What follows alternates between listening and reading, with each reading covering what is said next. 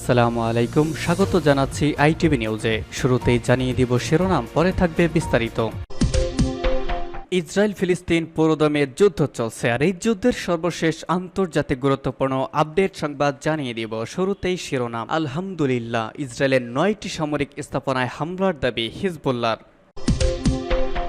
এরপর জানিয়ে দিব সুখবর, আমেরিকা গৃহযুদ্ধের আশঙ্কা, সতর্ক করল কানাডার প্রতিষ্ঠান। এরপর জানিয়ে দিব আবারও আলহামদুলিল্লাহ, ইসরায়েলি সেনাঘাঁটিতে ড্রোন হামলার দাবি ইরাকি গ্রুপের, তছনছ ইহুদিবাদী সেনাঘাঁটি। আরও জানাবো কত জিম্মি বেঁচে আছে কেউ জানে না, বলছে হামাস। এদিকে জম্মু কাশ্মীর নিয়ে চীন পাকিস্তানে বিবৃতি, যে ভয়ঙ্কর বার্তা দিল ভারত। এবং সর্বশেষ জানিয়ে দিব গাজার কথিত নিরাপদ অঞ্চলে বোমা বর্ষণ করল ইহুদিবাদী ইসরায়েল। এতক্ষণ শুনছিলেন সংবাদ শিরোনাম, এখন জানিয়ে দিব বিস্তারিত।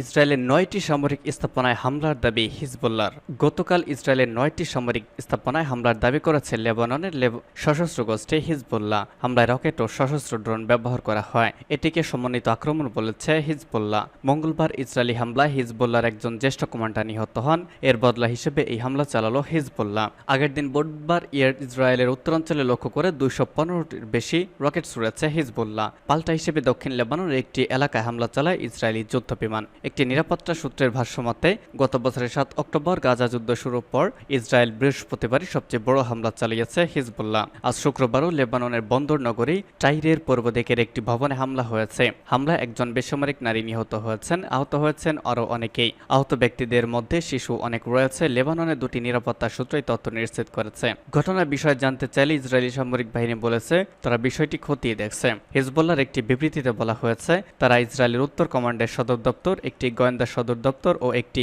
সামরিক ব্যারাকেও সশস্ত্র ড্রোন দিয়ে হামলা চালিয়েছে।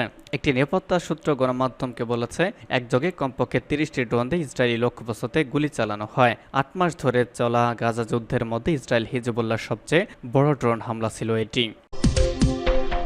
আমেরিকা গৃহযুদ্ধের আশঙ্কা, সতর্ক করল কানাডার প্রতিষ্ঠান। মার্কিন যুক্তরাষ্ট্রে গৃহযুদ্ধ বাড়তে পারে বলে আশঙ্কা প্রকাশ করেছে কানাডার পলিসি আউটলুক। শুধু তাই নয়, মার্কিন গৃহযুদ্ধের সম্ভাবনা সম্পর্কে সতর্ক করে আটওয়ার্কে সতর্ক করার পাশাপাশি উদ্ভূত পরিস্থিতির পরিণতি মোকাবেলা করার জন্য প্রস্তুত হতে বলেছে। 37 পৃষ্ঠার প্রতিবেদনে কানাডিয়ান পলিসি আউটলুক বলেছে, যদি মার্কিন যুক্তরাষ্ট্রে মতাদর্শগত পার্থক্য বাড়তে থাকে এবং গণতন্ত্র দুর্বল হয়, তাহলে অভ্যন্তরীণ উত্তেজনা আমেরিকাকে গৃহযুদ্ধের দিকে নিমজ্জিত করার সম্ভাবনা রয়েছে। জানা গেছে এই গবেষণায় মার্কিন যুক্তরাষ্ট্রের জন্য অন্যান্য পরিস্থিতি সৃষ্টি হতে পারে, যেমন স্থানীয়ভাবে জৈবিক অস্ত্রের ব্যবহার এবং দুর্ভিক্ষ।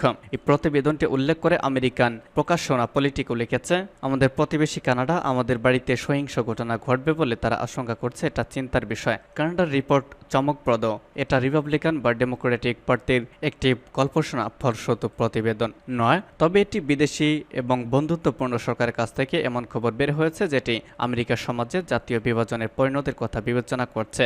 পলিটিকে জিজ্ঞাসা করতে থাকে আমেরিকা ও কানাডার জনগণের প্রতিবেদনটি কতটা গুরুত্ব সহকারে নেওয়া উচিত। প্রতিবেদনের শত শত বিশেষজ্ঞ এবং সরকারি কর্মকর্তাদের বিপর্যয়করমূলক ঘটনাগুলোর মতামত পরীক্ষা করছে, যা কানাডাকে প্রস্তুত করতে হতে পারে। তারপর সেগুলো কতটা ঘটতে পারে, কত দ্রুত ঘটবে এবং সেগুলো কতটা বিঘ্নিত হতে পারে, তার উপর ভিত্তি করে পরিস্থিতিগুলোকে গুরুত্বপূর্ণ করে তোলে। কয়েক মাস ধরে নিরাপত্তা প্রতিষ্ঠান এবং পশ্চিমা প্রতিষ্ঠানগুলো, বিশেষ করে আমেরিকার অভ্যন্তরীণ প্রতিষ্ঠানগুলো, এদেশে গৃহযুদ্ধের সম্ভাবনা সম্পর্কে সতর্ক করে আসছে।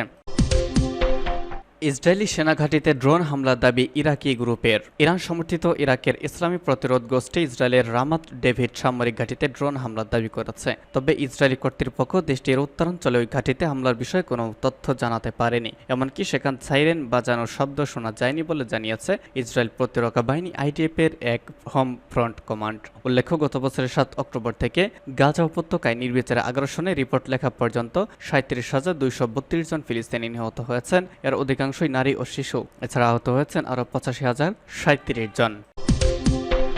কত জিম্মি বেঁচে আছে কেউ জানে না, বলছে হামাস।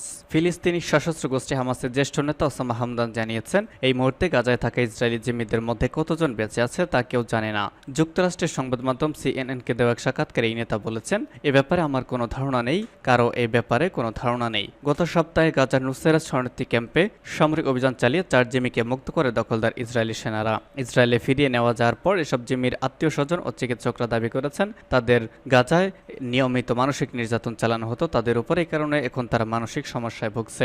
এ ব্যাপার প্রশ্ন করা হলে হামাসের এই নেতা সিএনএনকে বলেন, যদি তাদের মানসিক সমস্যা থেকে থাকে তাহলে আমি মনে করি গাজা ইসরায়েল যা করেছে সেটির জন্য হয়েছে। ওসামা হামদান দাবি করেছেন, গত বছরের 7 অক্টোবর এসব জেমি শারীরিক অবস্থা যা ছিল গাজা থেকে যখন তাদের মুক্ত করা হয় তখন শারীরিক অবস্থা আরও ভালো ছিল। এছাড়া দখলদার ইসরায়েলের সঙ্গে যুদ্ধবিরতি সম্মত না হওয়ার পক্ষেও সাফাই গিয়েছেন ওসামা হামদান। তিনি বলেছেন, যদি ইসরায়েলের হামাসের সঙ্গে যুদ্ধবিরতির মাধ্যমে বাকি জেমিদের মুক্ত করতে চায় তাহলে এটি স্থায়ী যুদ্ধবিরতি হবে। সব সেনাকে গাজা থেকে প্রত্যাহার করে নিতে হবে। ফিলিস্তিনিদের নিজেদের ভবিষ্যতের সিদ্ধান্ত নিজেদের নিতে হবে। গাজার ওপর থেকে অবরোধ তুলে নিতে হবে এবং ফিলিস্তিনি বন্দীদের মুক্তি দিতে হবে। এছাড়া গত সপ্তাহে মার্কিন প্রভাবশালী সংবাদ মাধ্যম ওয়াল স্ট্রিট জার্নালে প্রকাশিত হামাসের শাখা গাজা শাখার প্রধান নেতা ইয়াহিয়া সিনওয়ারের কথিত ফাঁসকৃত বার্তা নিয়েও কথা বলেছেন হামদান। তিনি জানিয়েছেন, এগুলো সব মিথ্যা। ওয়াল স্ট্রিট জার্নাল তাদের প্রতিবেদনের পক্ষে জোরালো কোনো তথ্য দিতে পারেনি।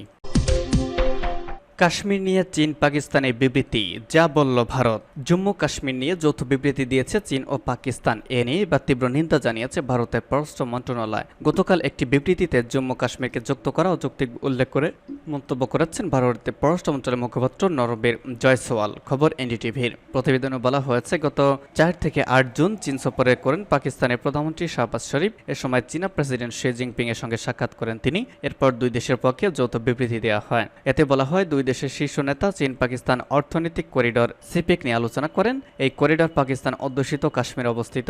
জম্মু কাশ্মীরের বর্তমান পরিস্থিতি নিয়ে চীনকে বিস্তারিত জানিয়েছে পাকিস্তান। জবাবে চীন এই সংকট সমাধানের তাগিদ দেয়। গতকাল ভারতের পররাষ্ট্র মন্ত্রণালয়ের মুখপাত্র রণবীর জয়সওয়াল বলেন, 7 জুন 2024 এ চীন এ পাকিস্তানের যৌথ বিবৃতিতে জম্মু কাশ্মীর কেন্দ্রশাসিত অঞ্চলের অযৌক্তিক উল্লেখ করেছে। আমরা স্পষ্টভাবে এই ধরনের উল্লেখ প্রত্যাখ্যান করি। তিনি বলেন, এই ইস্যুতে আমাদের অবস্থান সংশ্লিষ্ট পক্ষের কাছে সামঞ্জস্যপূর্ণ ও সুপরিচিত। জম্মু ও কাশ্মীর কেন্দ্রশাসিত অঞ্চল ও লাদাখ কেন্দ্রশাসিত অঞ্চল ভারতের অবিচ্ছেদ্য অংশ ছিল, আছে এবং থাকবে। সেখানে অন্য কোনো দেশের অবস্থান নেই। পাকিস্তানের চরম অর্থনৈতিক সংকটের জন্য আংশিকভাবে দায়ী করা হয় চীনের ঋণের ফাঁদকে। শ্রীলঙ্কাও এতে ক্ষতিগ্রস্ত হয়। এবং সর্বশেষ জানিয়ে দিব, গাজার কথিত নিরাপদ অঞ্চলে বোমাবর্ষণ করল ইহুদিবাদী ইসরায়েল। ফিলিস্তিনের অবরুদ্ধ গাজা উপত্যকার কথিত নিরাপদ অঞ্চলে আকাশ, ভূমি এবং সমুদ্রপথে ব্যাপক হামলা চালিয়েছে ইহুদিবাদী ইসরায়েলের বর্বর সেনারা। বৃহস্পতিবার দিনের প্রথম দিকে রাফা শহরের পশ্চিমে আল মাওয়াসি এলাকায় ইসরায়েলি সেনারা আকাশ, ভূমি এবং সমুদ্রপথে বোমাবর্ষণ করে। ফিলিস্তিনের রাষ্ট্রীয় বার্তা সংস্থা অফাইদ খবর দিয়েছে, আল মাওয়াসি এলাকাকে ইসরায়েল উদ্বাস্ত ফিলিস্তিনি জনগণের জন্য নিরাপদ অঞ্চল বলে ঘোষণা করে। সেখানে হাজার হাজার ফিলিস্তিনি অস্থায়ী তাঁবু গেড়ে কোনোমতে বেঁচে থাকার চেষ্টা করছে। তবে সেখানকার পরিস্থিতি অত্যন্ত নাজুক। জাতিসংঘের কয়েকজন কর্মকর্তা এরই মধ্যে বলেছেন, ইসরায়েল যে এলাকাকে নিরাপদ অঞ্চল বলে দাবি করছে, প্রকৃতপক্ষে সেখানে উদ্বাস্ত গাজাবাসীর জন্য নিরাপদ বা নিরাপত্তার কিছুই নেই। এদিকে অবরোধ এই ভূখণ্ডটিতে দেখা দিয়েছে তীব্র মানবিক সংকট। পরিস্থিতি এতটাই খারাপ যে গাজাকে বসবাসের অযোগ্য করে ফেলা হয়েছে বলে জানিয়েছে। উপকূলীয় এই ভূখণ্ডটি একসময় প্রাণবন্ত শহর ছিল বলে মন্তব্য করেছে।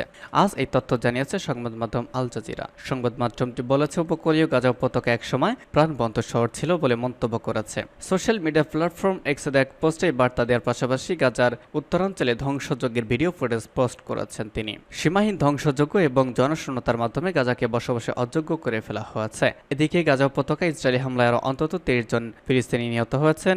এতে করে গত বছর